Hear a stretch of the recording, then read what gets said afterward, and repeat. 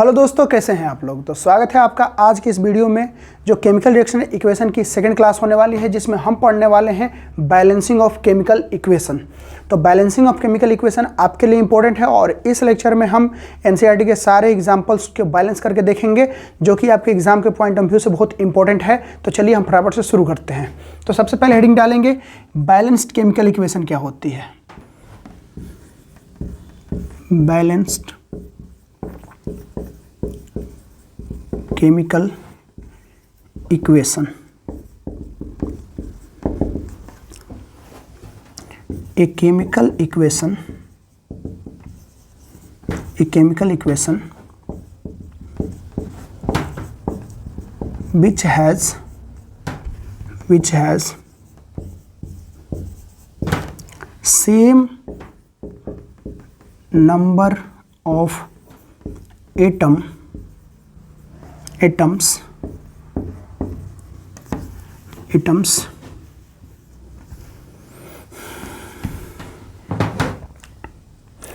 in a reactant and product for each element present in the equation। क्या कह रहा है, किसी केमिकल इक्वेशन में रिएक्टेंट और प्रोडक्ट के साइड में जो दो एटम होंगे वो एटम इक्वल होंगे, यानी कि रिएक्टेंट साइड में सारे एलिमेंट के एटम्स और प्रोडक्ट साइड के सारे एलिमेंट के एटम्स हमेशा बराबर होंगे। ये बैलेंस्ड केमिकल इक्वेशन होती है। जैसे हम आपको एग्जांपल दें, H2 + O2 H2O।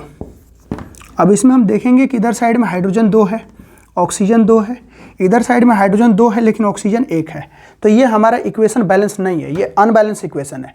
तो इसको बैलेंस कैसे करेंगे, तो इसको बैलेंस करने के लिए हमें इसमें कुछ कोफिशिएंट मल्टीप्लाई करने होते हैं, जिससे ये इक्वेशन बैलेंस हो जाती है। जैसे कि अगर हम इधर साइड में दो ऑक्सीजन है, इधर 1 ऑक्सीजन है, तो 2 मल्टीप्लाई कर दे तो ये 2 ऑक्सीजन हो गया। तो ऑक्सीजन बराबर हो गए, लेकिन ये 2 मल्टीप्लाई होकर के हाइड्रोजन को 4 कर दिया। तो यहाँ पे 2 मल्टीप्लाई कर देंगे तो ये हाइड्रोजन 4 हो जाएगा। तो इधर साइड में अब काउंट करेंगे, 4 हाइड्रोजन 2 ऑक्सीजन 2 ऑक्सीजन।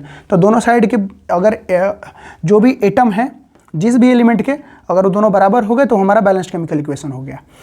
अब यहाँ पे क्वेश्चन आता है कि केमिकल इक्वेशन को बैलेंस क्यों किया जाना चाहिए या बैलेंस क्यों होना चाहिए।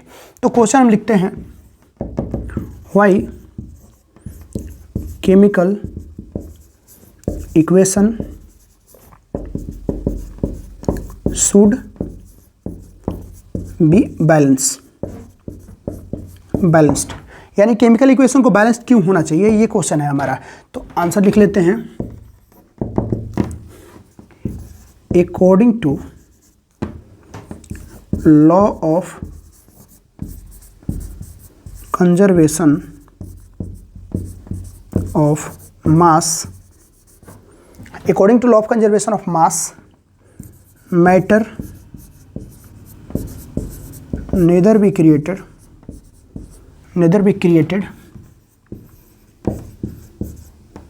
nor destroyed in a chemical reaction। यानी केमिकल रिएक्शन में लॉ ऑफ कंजर्वेशन के अकॉर्डिंग किसी केमिकल रिएक्शन के अंदर में मैटर ना तो कोई बन सकता है और ना ही कोई उसमें बर्बाद हो सकता है या ख़त्म हो सकता है। और इस कंजर्वेशन ऑफ मास को फॉलो करते हुए हमें केमिकल रिएक्शन को बैलेंस करना होता है। So the number of atom या atoms present both side for each element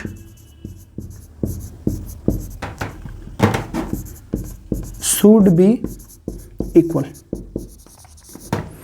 यानी कि अगर कंजर्वेशन ऑफ मास क्या बोलता है कि मास ना तो कोई बन सकता है ना ही कोई खत्म हो सकता है, तो कोई केमिकल रिएक्शन हो रही होगी तो इस रिएक्शन के अंदर में जो भी मास उसके अंदर में होगा वो मास केवल एक दूसरे में ट्रांसफर होंगे, यानी कि उसका केवल रीअरेंजमेंट होगा एटम का, उसमें कोई भी एटम बनेगा नहीं और ना ही कोई इसमें बर्बाद होगा।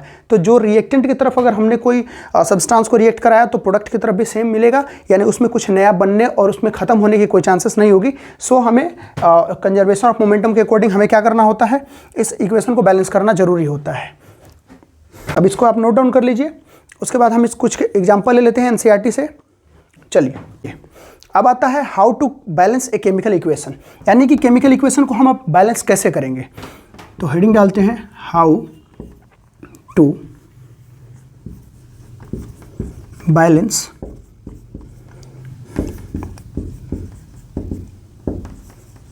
Chemical equation. केमिकल इक्वेशन को बैलेंस करने के लिए हमें जिस मेथड का यूज करना होता है उस मेथड का नाम है हीट एंड ट्रायल मेथड, जो हमें एनसीईआरटी में गिवन है उसको हमें फोकस करना है। सबसे पहले हम एग्जांपल देकर देखते हैं इसको हम लोग कैसे अप्लाई करेंगे।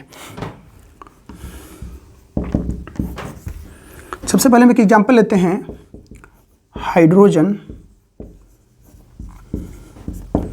React with chlorine to form hydrogen chloride. Hydrogen chloride. चलिए इसको बैलेंस करके देखते हैं कैसे होगा बैलेंस।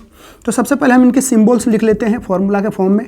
हाइड्रोजन का H2, क्लोरीन का Cl2, इधर बन जाएगा HCl। अब हम इनको बैलेंस करते हैं, कैसे बैलेंस किया जाएगा। देखिए एक तो तरीका ये है कि आप सिंपली इनके आगे कोफिशिएंट लगा दो, इनके काउंट करके नॉर्मली जैसे आपको दिख रहा है कम ज़्यादा उसके अकॉर्डिंग आप एडजस्ट करके वो आपका बैलेंस हो जाएगा। लेकिन जब ये थोड़ा बड़ा होगा तो उसके लिए रूल्स अप्लाई होंगे, कुछ हम रूल आपको बतलाएंगे हीट एंड ट्रायल का, किस तरीके से उसको बैलेंस आप करोगे ईजिली। तो ये तो आपको बहुत आसान है जिसको आप ईजिली कर सकते हो। इधर हाइड्रोजन 2 है, इधर क्लोरीन भी 2 है, इधर हाइड्रोजन 1 है, क्लोरीन 1 है। तो अगर आप यहाँ पे 2 मल्टीप्लाई कर दो तो 2 हाइड्रोजन हो गए, 2 क्लोरीन हो गए, इधर भी 2 हाइड्रोजन 2 क्लोरीन, ये केमिकल जो है इक्वेशन बैलेंस हो गई, ये बैलेंस्ड हो गई। ठीक है, चलिए एक और एग्जांपल हम लेते हैं और इस एग्जांपल से समझते हैं इसको बैलेंस करना। एक एग्जांपल है मेरे पास Fe(H2O) और ये बनाता है Fe3O4 प्लस H2। अब इस इक्वेशन को हमें बैलेंस करना है। इसमें हीट एंड ट्रायल मेथड का यूज करेंगे। इसके लिए सबसे पहले क्या करना होता है, सबसे फर्स्ट स्टेप में आपको सारे कंपाउंड, रिएक्टेंट और प्रोडक्ट की तरफ एलिमेंट है सबको एक बॉक्स में क्लोज करना होगा, यानी सबसे पहले इनके चारों तरफ बॉक्स बना लेंगे। इसके बाद हम नीचे एक बड़ा बॉक्स बनाएंगे जिसके अंदर में हम इनको अरेंज करेंगे। कैसे अरेंज करेंगे, ध्यान से देखिएगा। ये बॉक्स बना लेंगे, इसमें सबसे पहले यहाँ पे एलिमेंट रहेंगे, यहाँ पे एलिमेंट रहेंगे, यहाँ पे रिएक्टेंट के साइड और एक लाइन देके इधर प्रोडक्ट के साइड। और एलिमेंट में जो भी एलिमेंट आपको गिवन है उसको हम नीचे यहाँ राइट डाउन कर लेंगे, यानी कि आयरन है तो आयरन लिख लेंगे, और हाइड्रोजन है हाइड्रोजन लिख लेंगे, ऑक्सीजन है ऑक्सीजन लिख लेंगे। अभी इनके नंबर रिएक्टेंट की तरफ कितने हैं उसको लिख लेंगे इधर। तो रिएक्टेंट की तरफ कितने हैं, ये 1 है। प्रोडक्ट की तरफ में आ रहे हैं कितना है, तो 3 है। प्रोडक्ट की तरफ इसका नंबर कितना है, 3 है, 3 लिख लेंगे। हाइड्रोजन रिएक्टेंट की तरफ कितना है, 2 है। प्रोडक्ट की तरफ हाइड्रोजन कितना है, ये भी 2 है, 2 यहाँ रख देंगे। अब ये ऑक्सीजन हमारा रिएक्टेंट की तरफ कितना है, 1 है। इधर प्रोडक्ट की तरफ ऑक्सीजन कितना है, तो प्रोडक्ट की तरफ 4 है। ये सब हमने लिख दिया। अब हम इसको बैलेंस कैसे करेंगे, तो बैलेंस करने के लिए सबसे पहले क्या बोला जाता है कि आपके रिएक्टेंट या प्रोडक्ट के साइड में जो सबसे बड़ा कंपाउंड है उस कंपाउंड को सबसे पहले बैलेंस करने चलेंगे। यानी कि इसमें हमें दोनों साइड में देखा जाए तो सबसे बड़ा कंपाउंड हमें ये दिख रहा है, यानी कि आयरन ऑक्साइड सबसे बड़ा कंपाउंड दिख रहा है। जिसमें अब एक बात और ध्यान रखना है कि उस बड़े कंपाउंड के अंदर में जो एलिमेंट जिसके नंबर ज़्यादा है, बड़े जिस एटम का नंबर ज़्यादा है उसको हम पहले बैलेंस करेंगे। यानी कि आयरन और ऑक्सीजन में बड़ा नंबर किसका, ऑक्सीजन का है, तो सबसे पहले बैलेंस किसको करेंगे, ऑक्सीजन को करेंगे। बैलेंस करने के लिए हमें क्या करना है, तो अब हमें या तो रिएक्टेंट या प्रोडक्ट की तरफ कोफिशिएंट मल्टीप्लाई करने हैं जिससे बैलेंस हो जाए। तो हम क्या देखते हैं कि ऑक्सीजन हमारा इधर प्रोडक्ट की तरफ 4 है, ऑक्सीजन की तरफ में 1 है। तो हम क्या करेंगे, अगर हम यहाँ पे सिंपली 4 मल्टीप्लाई कर दें तो ये दोनों बैलेंस हो जाएगा। लेकिन जब ये 4 मल्टीप्लाई होगा तो इसके पूरे कोफिशिएंट में मल्टीप्लाई होगा।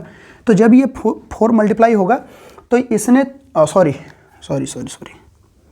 हमने रिएक्टेंट की तरफ 4 मल्टीप्लाई कर दिया, यानी कि हमें बैलेंस करने के लिए यहाँ पे ऑक्सीजन में 4 मल्टीप्लाई करा हुआ है, ठीक है। तो अब ये हमारा क्या हो गया, बैलेंस हो गया।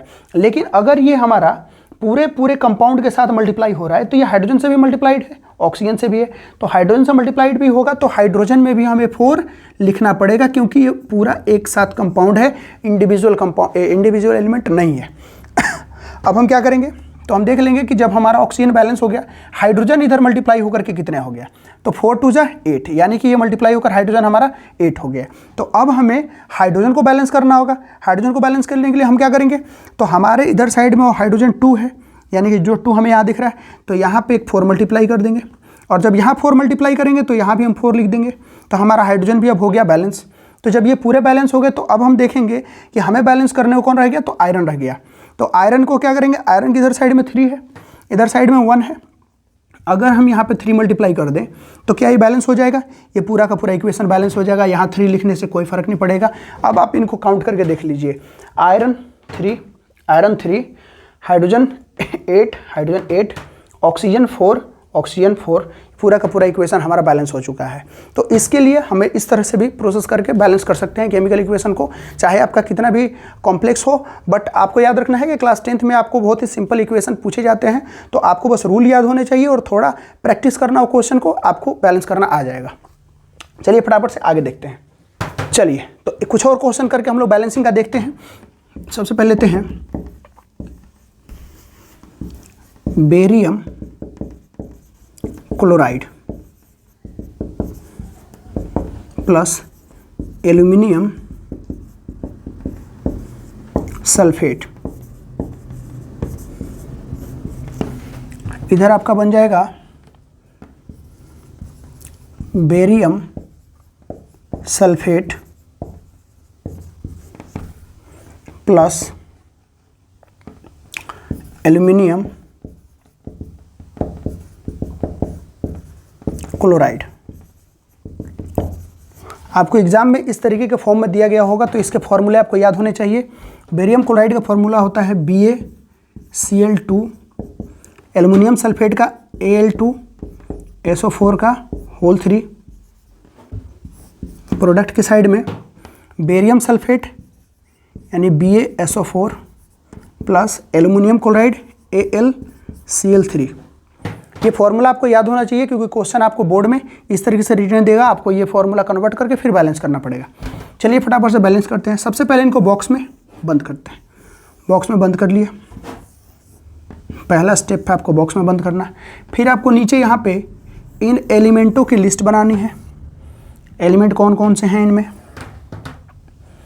एलिमेंटों की लिस्ट बना लेते हैं। सबसे पहले आता है बेरियम, बेरियम को रख लें। दूसरे नंबर पे आता है क्लोरीन, ले लेते हैं क्लोरीन, सिंबल के फॉर्म में ले लें। उसके बाद आपका आ जाता है सल्फर, ऑक्सीजन, एक और रह रहा है एल्युमिनियम। चलिए इनको बैलेंस कर लेते हैं। ये एलिमेंट हो गया, ये रिएक्टेंट हो गया, इधर हमारा प्रोडक्ट हो गया।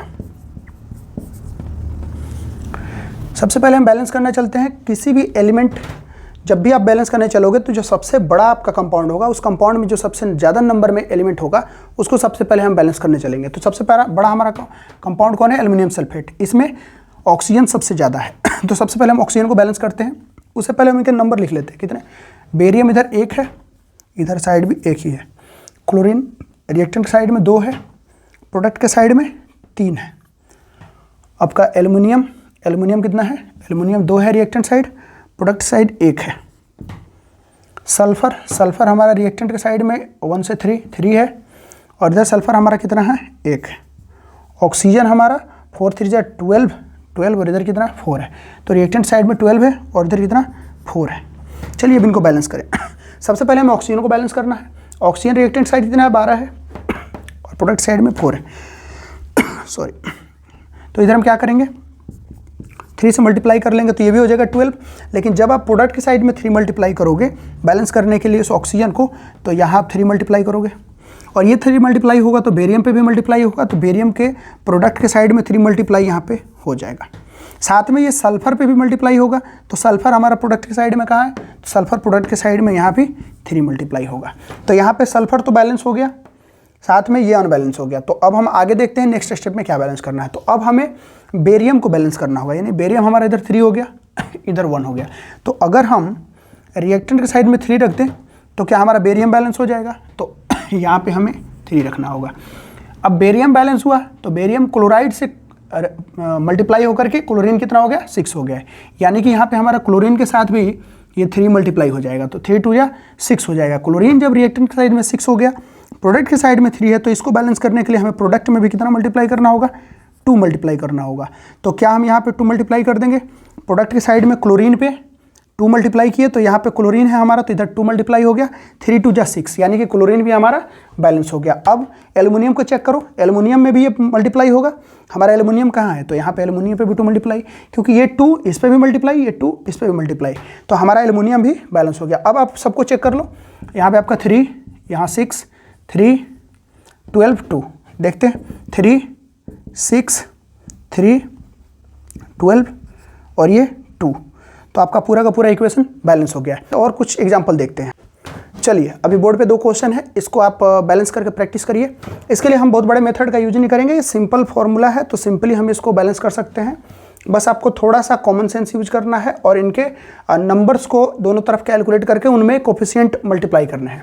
सबसे पहले इधर सोडियम 1 है, सोडियम 1 के बराबर है, हाइड्रोजन 2 है, इधर हाइड्रोजन 2 और 1 3 है, ऑक्सीजन यहाँ पे 1 है और इधर ऑक्सीजन भी 1 है, तो ऑक्सीजन बराबर है, हमें बस हाइड्रोजन की बैलेंसिंग करनी है। तो सबसे पहले हम क्या कर लेंगे, अगर यहाँ पे हाइड्रोजन 2 है और 1 3 है, यहाँ पे 2 मल्टीप्लाई कर दे तो हाइड्रोजन 2 और 2 4 हो जाएगा, इधर भी 2 मल्टीप्लाई कर देंगे तो हाइड्रोजन 4 हो जाएगा। दोनों साइड में हाइड्रोजन बराबर ऑक्सीजन 2 इधर भी होगा और 2 मल्टीप्लाई होकर 2 इधर भी होगा, यानी पूरा इक्वेशन ये बैलेंस हो गया, ये बैलेंस हो गया। अभी नीचे वाला देखते हैं, CH4 इधर CO2, यानी कि कार्बन 1 है, कार्बन इधर भी 1 है, हाइड्रोजन 4 इधर हाइड्रोजन 2। तो अगर हम सबसे पहले हाइड्रोजन को बैलेंस करने चले तो इधर 2 मल्टीप्लाई कर दें, हाइड्रोजन इधर बराबर हो गए, साथ में ऑक्सीजन देखें तो इधर साइड में ऑक्सीजन हमारा 6 हो गया। अब आप कैलकुलेट कर लें, बैलेंस हमारा इक्वेशन हो चुका है, तो ये भी इक्वेशन हमारा बैलेंस हो गया, बैलेंस्ड। इसमें हमने एनसीईआरटी सारे क्वेश्चन करा दिए हैं, बाकी आपको और भी क्वेश्चन प्रैक्टिस करेंगे तो ज़्यादा आपको अच्छे से इसमें डाउट क्लियर हो जाएंगे। ठीक है, चलिए आगे बढ़ते हैं। कहता है केमिकल इक्वेशन को हम और ज़्यादा इन्फॉर्मेटिव बनाने के लिए क्या कर सकते हैं, कहता है हाउ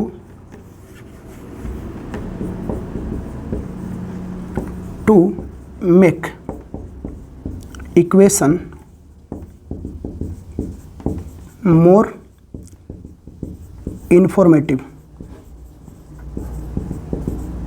यानी कि इक्वेशन को और ज़्यादा इंफॉर्मेटिव कैसे बनाया जा सकता है।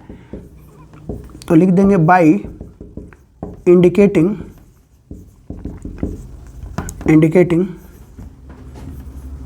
फिजिकल स्टेट, जैसे कि सॉलिड के लिए S, लिक्विड के लिए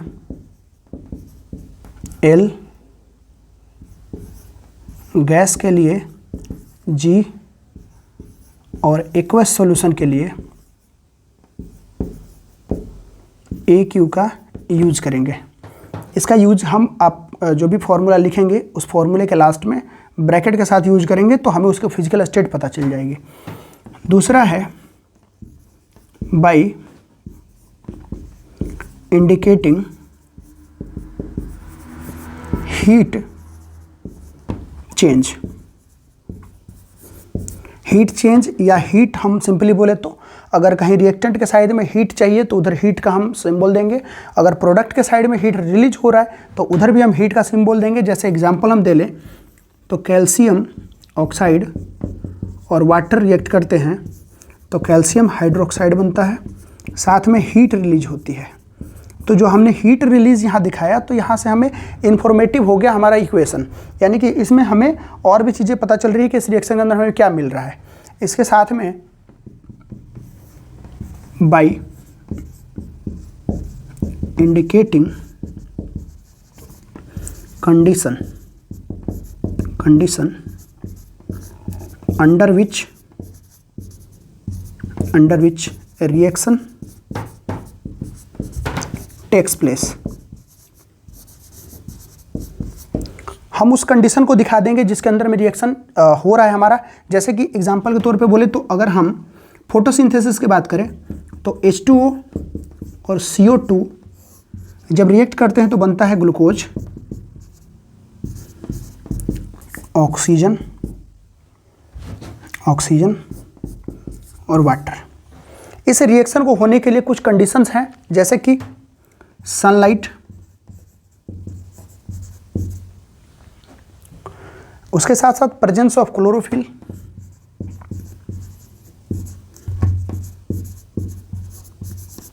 इनको हम एज ए कंडीशन के तौर पे दिखा देते हैं कि जिस कंडीशन में रिएक्शन हमारी हो रही होती है। इस तरीके से हमारा इक्वेशन और ज़्यादा इंफॉर्मेटिव हो जाता है। आज की वीडियो यहीं पे ख़त्म होती है। अगले वीडियो में हम देखेंगे टाइप्स ऑफ केमिकल रिएक्शन। तब तक के लिए बहुत बहुत धन्यवाद।